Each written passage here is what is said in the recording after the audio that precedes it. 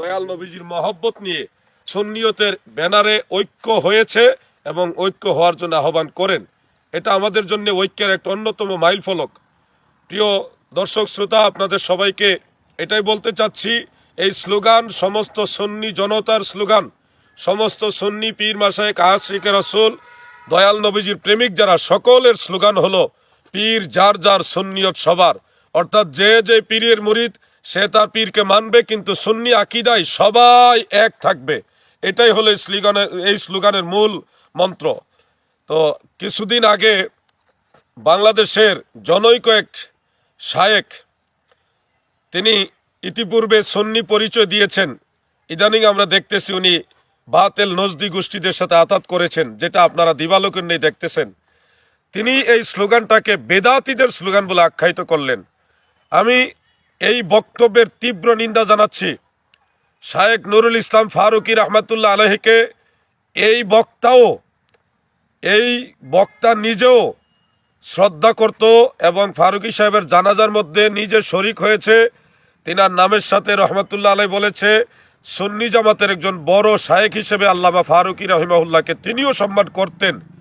হঠাৎ ওনার কি হয়ে গেল, কার টাকা খেলো জানি না, কার কাছে বিক্রি হলো জানি না, তিনি সেই ফারুকী রহমতুল্লাহ আলাইহের যে স্লোগান, সমস্ত সুন্নি জনতার স্লোগান, পীর যার যার সুন্নিয়ত সবার, এই স্লোগানকে বিদআতীদের স্লোগান বলে আখ্যায়িত করলেন। কেন? কোন সুন্নি অন্ততপক্ষে এই স্লোগানকে বিদআতির স্লোগান বলবেন এটা নিশ্চিত, কিন্তু আমরা এটা ধরে নিতে পারি বাতেল নজদি ইবনে আব্দুল ওয়াহাব নজদির দালাল যারা, নিঃসন্দেহে তারাই এই স্লোগানটাকে বিদআতীদের স্লোগান বলে আখ্যায়িত করবে। তো এই শায়েখ তিনি এটাকে বিদআতীদের স্লোগান আখ্যায়িত করার পিছনে আমরা পরিষ্কার টের পাচ্ছি যে ডাল মে কুছ কালা হয়, অর্থাৎ এখানে কোনো ভেজাল ঢুকেছে, অর্থাৎ আকীদা বিসর্জন দিয়েছে, ইমান বিক্রি করেছে। আমরা সুন্নিরা জান দিয়ে দিব, ইমান দিব না। গলায় ছুরি চালিয়ে দিলেও আল্লামা ফারুকীর মতো সিংহের গর্জন দিয়ে শহীদ হয়ে যাব, ইমান বিক্রি করব না। আমাদের ইমান আমাদের কাছে আমাদের জীবনের চাইতে আরো দামি। জান গেলে জান পাওয়া যায়, এটা অসুস্থ হলে চিকিৎসার মাধ্যমে সুস্থতা হয়, কিন্তু ইমান গেলে ইমান পাওয়া যাবে না। বড় জোরে এটাও বলা যায়, জান গেলে জান পাওয়া যায়। আজরাইল যদি রুহু নিয়েও যায়, কবরের মধ্যে রুহু ফেরত পাবে, অথবা আখিরাতে আল্লাহ তাআলা সেই রুহু দিবে। কিন্তু ইমান একবার চলে গেলে সেই ইমান আর আসবে না। এই পৃথিবীতে বেঈমান হয়ে যে মারা যাবে, আর সেই ইমানদার হওয়ার চান্স থাকবে না। এজন্যে সারা দেশের এবং দেশের বাহিরে সর্বস্তরের নবী প্রেমিক, ওলি প্রেমিক, সুন্নি তরিকতপন্থী মুমিন মুসলমান ভাই এবং বোনদের প্রতি আমি এই কথাটাই স্মরণ করাতে চাই। সারসিনা শরীফের ওলামায়ে আহলে সুন্নাত আল্লামা ফারুকী রহমাতুল্লাহ আলাইহিকে ভালোবাসতেন।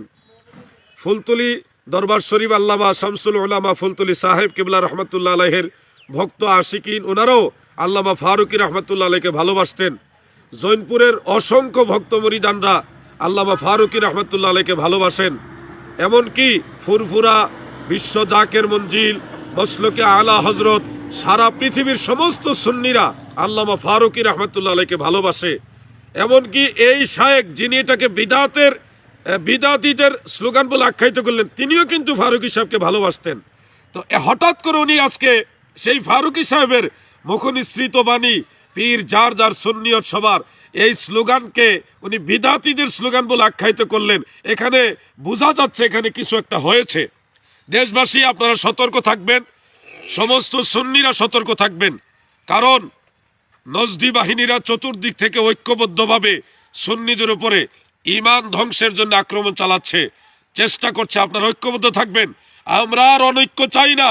সারা বাংলার সমস্ত সুন্নিরা এক হয়ে যান, সারা বাংলার সমস্ত সুন্নি পীর মাশায়েখ এক হয়ে যান। কোন নজদি, কোন নবীর দুশ্মন, ইমাম হুসাইনের দুশ্মন, আহলে বাইতে রাসূলের দুশ্মন, সুন্নিয়তের দুশ্মন তারা যদি আমাদের উপর অ্যাটাক করে, আমাদের ঈমান আমরা যেন বিসর্জন না দেই। ঐক্যবদ্ধভাবে বাতিলের মোকাবেলা করতেই হবে ইনশাআল্লাহ। সবাইকে ঐক্যবদ্ধ থাকার আহ্বান জানাচ্ছি। আল্লামা ফারুকী রহিমাহুল্লাহ তিনি যেমনি ভাবে বলতেন পীর যার যার সুন্নিয়ত সবার, অর্থাৎ যে যার পীরকে মানবে কিন্তু সুন্নিয়তের স্বার্থে সবাই এক থাকবে, এই স্লোগানকে বক্ষে ধারণ করে আমরা সব সুন্নিরা ঐক্যবদ্ধ হয়ে, একত্রিত হয়ে, একতাবদ্ধ হয়ে মদিনাওয়ালার মহব্বতে আমরা ঐক্যবদ্ধ থাকব, এই আহ্বান জানাচ্ছি।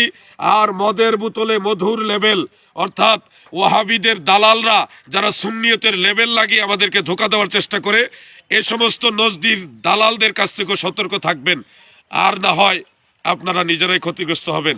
আল্লাহ পাকের দরবারে দরখাস্ত দিলাম, দোয়া রাখলাম, হে পরওয়ারদিগার দয়াময় প্রভু, মহাপরাক্রমশালী, পরম পবিত্র করুণাময় সর্বশক্তিমান আল্লাহ, তোমার হাবিব আমাদের দয়াল নবী রাসূল আকরাম সাল্লাল্লাহু তাআলা আলাইহি ওয়াসাল্লাম, আমার দয়াল নবীজির সুন্নিয়তে ইমাম হুসাইন, ইমাম হাসান রাদিয়াল্লাহু আনহুমা, সাহাবাই কারাম, আহলে বায়তে রসুল এবং সমস্ত আইম্মা আহলে সুন্নাত, ওনাদের পথে আমাদের সবাইকে কবুল করো, আমিন।